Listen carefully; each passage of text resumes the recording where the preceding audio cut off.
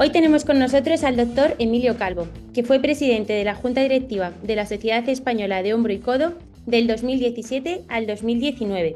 El doctor Emilio Calvo es jefe del Departamento de Cirugía Ortopédica y Traumatología del Hospital Fundación Jiménez Díaz, centro en el que trabajamos juntos en la unidad de hombro y codo y en el que he tenido la suerte de poder aprender de él desde que era residente y ahora como adjunta. Está doctorado en la Universidad Autónoma de Madrid y es profesor titular del Departamento de Cirugía. Ha sido además presidente de la Sociedad Europea de Hombro y Codo, y su actividad profesional, docente e investigadora en el ámbito de la cirugía del hombro es ampliamente conocida tanto a nivel nacional como internacional, especialmente en el campo de la inestabilidad de hombro y de la cirugía de la Target. La historia mía personal en cuanto a dónde nací es un poco particular. Yo he vivido siempre en Madrid, pero mi madre quiso que yo naciera en el pueblo donde ella era. Es una cosa peculiar porque es un pueblo muy pequeño que tiene 1.200 habitantes y ella fue allí solo a dar a luz, lo cual es una locura. Entonces nací allí y volví a Madrid y vivo siempre en Madrid. Y el pueblo se llama Aillón, es un pueblo medieval de Segovia precioso.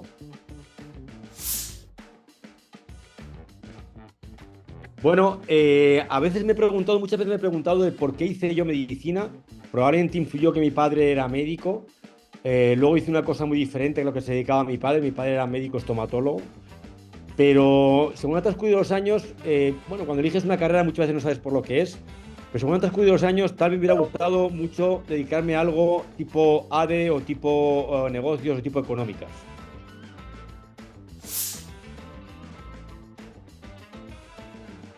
Bueno, mi primer trabajo, yo terminé la carrera y como todos no teníamos dinero, y yo empecé a trabajar y hice unas sustituciones en un centro de salud. Ese fue realmente mi primer trabajo. Y ahí, bueno, pues empecé a hacer cosas que no había hecho nunca y empecé mi contacto con los pacientes. Fueron unas semanas, pero realmente ese fue mi primer trabajo. Bueno, todos tenemos un pasado y todos tenemos una lección del MIR en la cual dudábamos de hacer traumatología. Yo quería hacer traumatología, pero como todos tampoco estaba seguro si me iba a dar el número o no para hacer traumatología. Entonces tenía varias alternativas. Tenía cirugía maxilofacial, ¿eh? Y tenía otorrino y urología. Junto a traumatología eran las preferidas. Debo decir como anécdota personal que yo en casa tenía una presión muy importante para hacer cirugía maxilofacial porque mi padre tenía una consulta de estomatología. Entonces mi padre no hacía cirugía porque él es estomatólogo y creía que yo podía ampliar su área de interés, su atención y tener un futuro prometedor con la cirugía maxilofacial. A mí lo que me gustó durante la carrera fue la traumatología y recuerdo que en aquella época la elección era presencial, que yo entré a elegir a la sala y estaba dudando entre hacer cirugía maxilofacial o traumatología. Y cuando llegué delante del ordenador para la elección dije cirugía ortopédica y traumatología. Entonces ya me di cuenta que había determinado mi futuro profesional y bueno, salí de allí, mis padres me llamaron y realmente no les pareció muy bien la elección, aunque yo creo que ahora se alegran también igual que yo.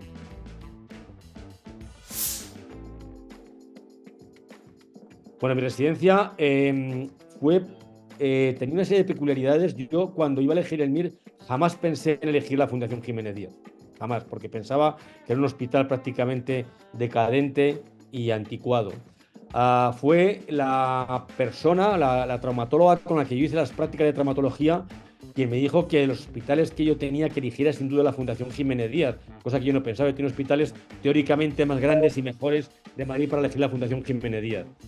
Lo elegí y la verdad es que fue muy bueno. Aquí unos profesionales extraordinarios, sobre todo con una escuela y unos criterios muy claros, y eso me permitió pues, tener unas ideas muy claras acerca de cómo abordar los diferentes problemas de la cirugía ortopédica y traumatología. Dicho esto, era un servicio pequeño, era un servicio que, a pesar de ser muy sólido, con adjuntos que se hayan formado todos en Francia o en Estados Unidos, pues era un servicio pequeño y hoy día, como tú sabes, Natalia, hacemos una actividad muy superior a la que se hacía entonces y eso ha diversificado también las áreas de interés, ha diversificado las técnicas quirúrgicas, digamos que lo ha hecho más complejo. Pero en resumen, yo estoy muy contento de haber hecho la Fundación Jiménez Díaz. Conté con unos especialistas muy informados, todos en el extranjero, con unas ideas muy claras y sobre todo con mucho interés por hacer las cosas bien. Yo terminé la especialidad y como todos me entró el miedo al abismo de que iba a ser de mí, de dónde iba a trabajar, de que iba a encontrar trabajo, pues esta especie de angustia que te entras con acabar la residencia. Y dije, bueno, pero lo que hay que hacer es hacer un fellowship y dejarte de tonterías y volver, porque yo pensaba que si volvía con un fellowship iba a tener mejores posibilidades de encontrar trabajo que mis compañeros. Era un temor absurdo, porque sí que había trabajo como lo hay ahora. Entonces yo no sabía muy bien qué hacer y pregunté y yo solicité y me aprobaron para un fellowship de medicina deportiva. Entonces, Sports Medicine básicamente en aquella época era cirugía de rodilla, mucho cruzado, mucha prótesis, mucho menisco, sutura meniscal y estaba desarrollándose la cirugía artroscópica de hombro. Y esta parte era la parte que yo también iba a desarrollar, pero mi foco era fundamentalmente cirugía de rodilla. Una vez que yo había sido aceptado para el fellow, el que era el jefe de servicio me dijo, oye, Emilio, mira, nos gustaría contar contigo en un futuro para que te incorporaras al equipo de trabajo, pero tienes que hacer algo que aporte al equipo. Y aquí hay mucha gente que hace muy bien la cirugía de rodilla y lo que está cambiando dramáticamente es la cirugía de hombro, con lo cual te deberías dedicar a cirugía de hombro mejor que a cirugía de rodilla. Esto en principio no era mi intención actual, inicial, pero la verdad es que cuando ya estuve en Estados Unidos sí que me enfoqué mucho en cirugía de hombro y ese es el motivo por el que me he enfocado en hombro en primer lugar. En un segundo paso, cuando yo regresé aquí, yo empecé a hacer rodilla y la mayor parte de mi actividad era, digamos que un 30 o un 40% de la cirugía de hombro y un 70% de la cirugía de rodilla. Lo que ocurrió es que según transcurrían los años, poco a poco iba haciendo más hombro y progresivamente iba haciendo menos rodilla, hasta que llegó un punto en el cual hacía solo cirugía de hombro. Y esto es lo que ha ocurrido, ha sido un poco evolución de las circunstancias de la vida y no un poco inducida también por la necesidad del servicio y una determinación personal. Dicho esto, yo estoy muy contento con dedicarme a cirugía de hombro.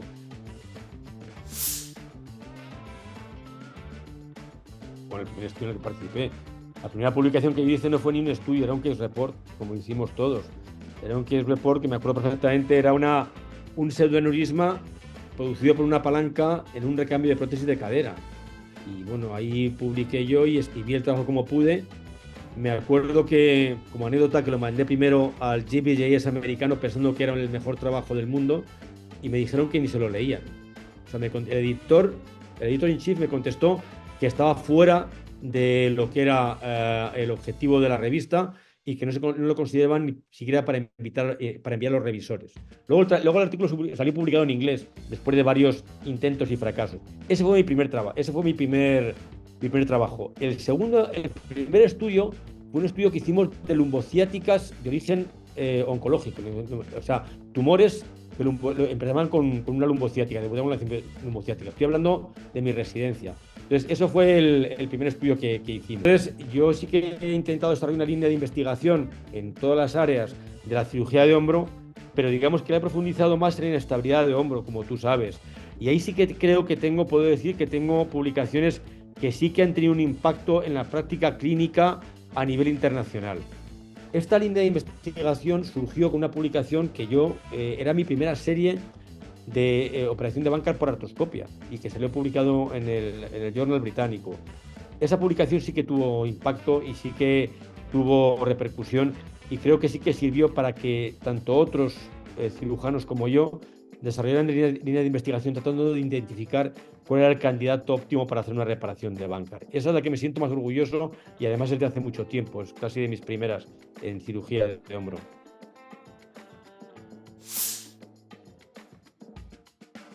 Es una pregunta difícil porque desde el punto de vista profesional, como decía yo, la cirugía de hombro la aprendí las bases en Estados Unidos. Yo vine a Europa con unas ideas completamente estadounidenses. Lo que se hacía aquí en Europa, que era hacer la tenotomía del bíceps, se consideraba una barbaridad. La prótesis invertida era un invento del diablo y no se entendía muy bien. Y yo venía con esa mentalidad y yo pensaba que la prótesis invertida era un error y que el bíceps había que conservarlo porque era un estabilizador muy importante y era fundamental la protección del hombro y una serie de ideas que eran fundamentales.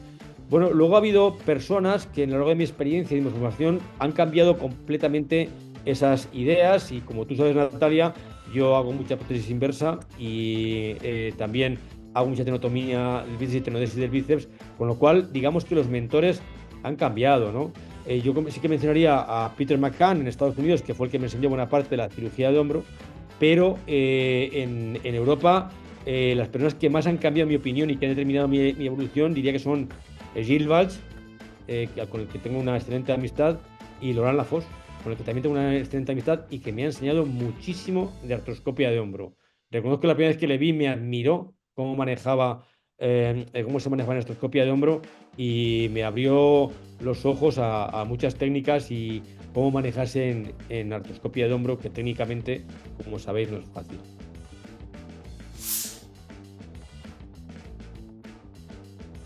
Bueno, yo creo que si tú te dedicas a un área específica dentro de tu especialidad y además tienes interés académico, tienes interés por publicar y por generar conocimiento, tienes que estar en las sociedades donde eso se pone en valor. La Sociedad Española de Cirugía de Hombro y Codo no solo reúne a los cirujanos y cirujanas interesados en cirugía de hombro y codo, sino que además es una sociedad enormemente activa desde el punto de vista de investigación y de discusión y de generación de conocimiento, con lo cual yo tenía que estar ahí y enseguida solicité la admisión y bueno, pues afortunadamente fui admitido y he podido contribuir a la sociedad de diferentes maneras, o sea que me parece imprescindible, no en el caso de la cirugía de hombro y codo, en cualquier área de interés tú no puedes hacer cirugía de pie y no querer estar en los puntos, en los foros de discusión y de estudio de la patología del pie y el tobillo, esto es igual. Tienes que estar ahí en los nacionales y en los internacionales, sin duda. Para mí, mis años de presidencia fueron fáciles. Fueron fáciles porque yo ya, digamos que heredé o fui presidente con una sociedad madura. Esto tú eres muy joven, Natalia, y no lo conoces, pero yo sí que conocí una sociedad en la cual el presidente hacía cirugía de rodilla. Una sociedad de cirugía de hombro y codo donde el presidente hacía cirugía de rodilla. Entonces hubo un grupo de cirujanos, que no voy a mencionar porque me voy a dejar alguno y voy a meter la pata, pero sí había un grupo de cirujanos de mi edad, algunos de ellos un poquito más mayores y otros un poquito más jóvenes, que claramente hacían cirugía de hombro o cirugía de hombro y codo y que de manera determinada dieron un paso adelante para poner la cirugía española de hombro y codo en el mundo. Y estas personas eran respetadas a nivel internacional porque investigaban, porque opinaban con criterio y detrás de estas personas vinieron un grupo de cirujanos más jóvenes que seguían ese ejemplo y que se dedicaban a eso y que querían hacer investigación, aportar conocimiento y hacer una discusión, digamos, sólida y seria.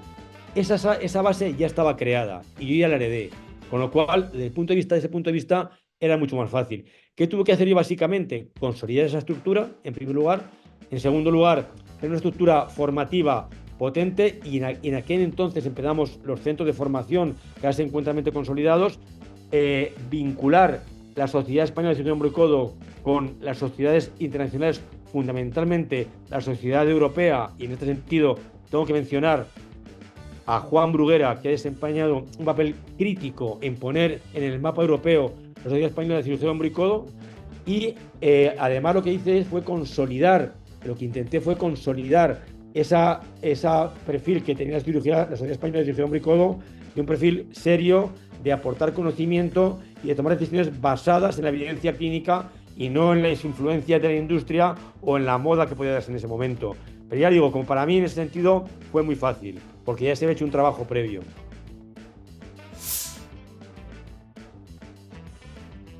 Veo distinta, no es un tema de la sociedad científica, es un tema de cómo ha cambiado un poquito la sociedad en general. Creo que, como decía, la solidez, la estructura científica de la Sociedad Española de Cirugía de Hombro y Codo está perfectamente consolidada y hay gente joven que tiene un empuje tremendo, que son buenos profesionales, son buenos cirujanos, son personas serias en investigación y que sin duda, van a continuar aportando en esto. Y en ese sentido no me preocupa lo más mínimo. No hay más que leer los abstracts de los artículos, de los estudios que se presentan en la sociedad y lo que ves publicado por ahí para saber que está consolidado. Ha cambiado un poco en el cual creo que los especialistas más jóvenes tienen un poco de prisa en ese sentido. Volviendo a la historia de la sociedad, este grupo de cirujanos que cambiaron la sociedad somos ya mayores, algunos más mayores que yo y otros más jóvenes que yo, pero todavía tienen que aportar, y de estos cirujanos es donde viene este movimiento que hay ahora, donde hay cirujanos más jóvenes. Entonces, los que son más jóvenes, los que sois más jóvenes, tenéis todavía mucho tiempo para desarrollar, tenéis tiempo para aportar a la sociedad, lo estáis haciendo y tenéis que hacer allí, pero no tenéis que tener una prisa. La vida es muy larga y esa prisa que yo también la ejercí en su momento y creo que es un error, pues hay que hacer las cosas con tranquilidad. Si sirve como ejemplo, y esto probablemente tú no lo sepas, Natalia, yo me presenté como secretario de la Sociedad Española de Cirugía Hombro y Codo. Y bueno, pues era un candidato más. Yo fui allí a presentarme con toda deportividad y obtuve la friolera de 4 votos. Porque yo quería contribuir a la sociedad, quería formar parte de la junta directiva y obtuve 4 votos. Bueno, pues por supuesto no me importó, pero hombre, hay que programar las cosas con tiempo y con tranquilidad y estructurar las cosas, ¿no? Pregunta es buenísima porque es verdad que me he dedicado a inestabilidad, he hecho mucha investigación en inestabilidad, también, como sabes, hemos hecho investigación en manguito y en artroplastia de hombro, pero todas las áreas tienen que desarrollarse, todas tienen que desarrollarse mucho. En estabilidad todavía hay muchos problemas en cuanto a reciban, identificación de candidatos importantes. En la cirugía del manguito rotador es muy importante todavía el campo de cirugía innecesaria, porque hay que definir también a qué paciente hay que operar, qué paciente no hay que operar. Pero por el desarrollo de la tecnología, la artroplastia es brutal. Y ahí hay un campo de desarrollo que actualmente se encuentra en plena ebullición y en el cual tengo un gran interés.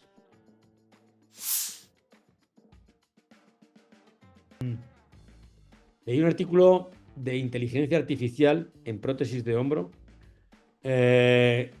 Acabo de decir que yo creo que es un campo que tiene mucho interés y me gustó mucho porque hacía un análisis de las aportaciones de la inteligencia artificial en cirugía de hombro y concluía que, a pesar de las expectativas, hoy por hoy todavía no han sido tantos esos avances.